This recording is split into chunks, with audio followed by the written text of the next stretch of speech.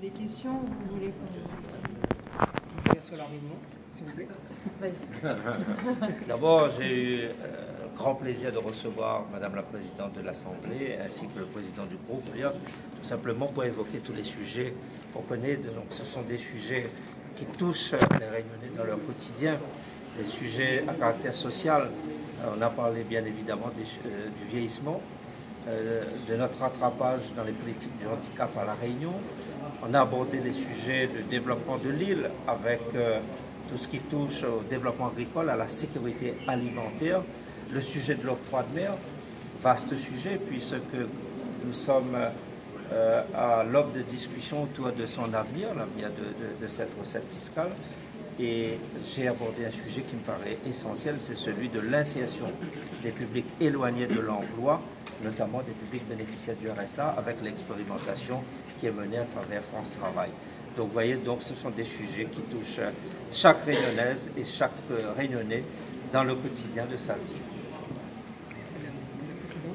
Oui, effectivement, vous savez, cette visite, elle est vraiment placée sous le signe des rencontres avec les élus et des rencontres sur le terrain et être au plus près des réalités des Réunionnais. Donc c'est vrai que le conseil départemental, il est au cœur de la vie quotidienne des Réunionnais. Nous avons pu aborder un certain nombre de sujets. C'est vrai que la question de l'insertion professionnelle, de la réforme et de l'application de France Travail est essentielle.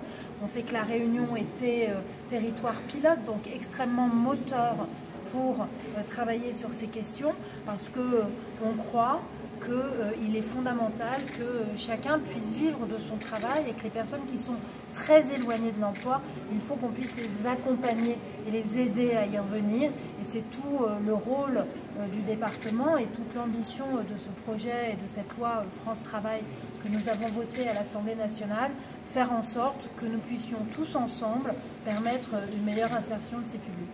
Donc nous en avons évidemment discuté avec le président.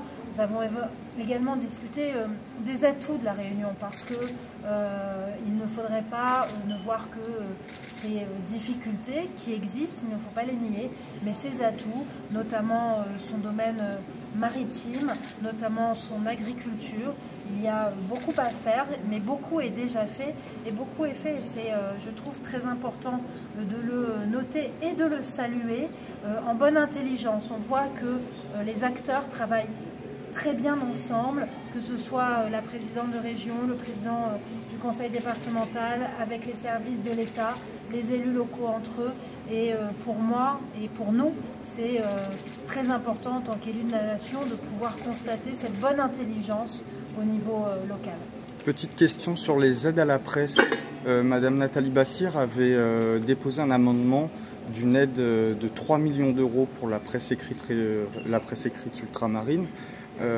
Connaissant les difficultés du quotidien et du GIR, est-ce que c'est quelque chose qui sera discuté ou c'est pas du tout au programme?